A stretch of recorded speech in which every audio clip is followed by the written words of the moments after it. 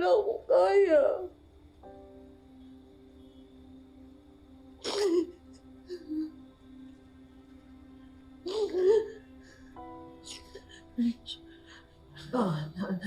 Anak.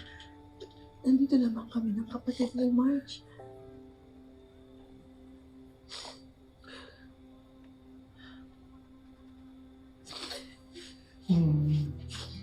Ate, sana ayaw, Jobert, umiiyak ka. Gigugmati ka, ate.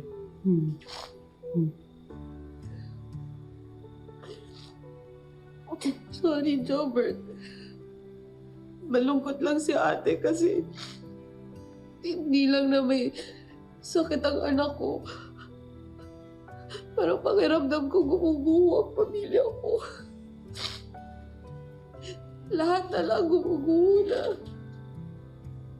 Marge, anak, pagod ka lang.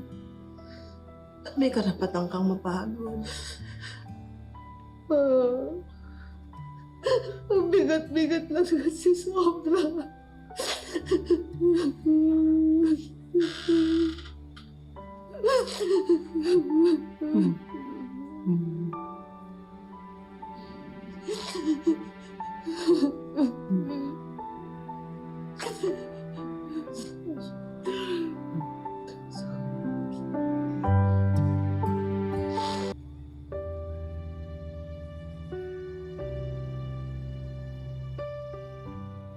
Ate, miss mo ba si Baby Jasmine?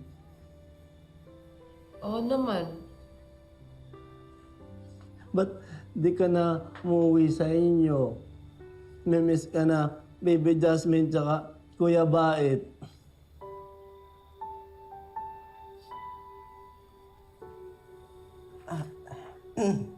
Marge, huwag ka sanang magalit sa akin, anak ha.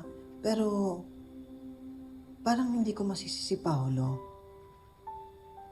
Baka naman sumama ang loob niya sa'yo, Marge, kasi parang pakiramdam niya, naalisan ba siya ng karapatan nung ikaw ang nagdesisyon na mag-isa mong dalhin sa ibang bansa si Jasmine? Tanggap ko rin naman yun. Nanghingi na ako ng sorry, nagsisi na ako. Pero bakit kailangan pa niyang gawin yun? Para saan? Para maging quits kami? Ganun ba? Marge, hindi ganon, hindi gantihan.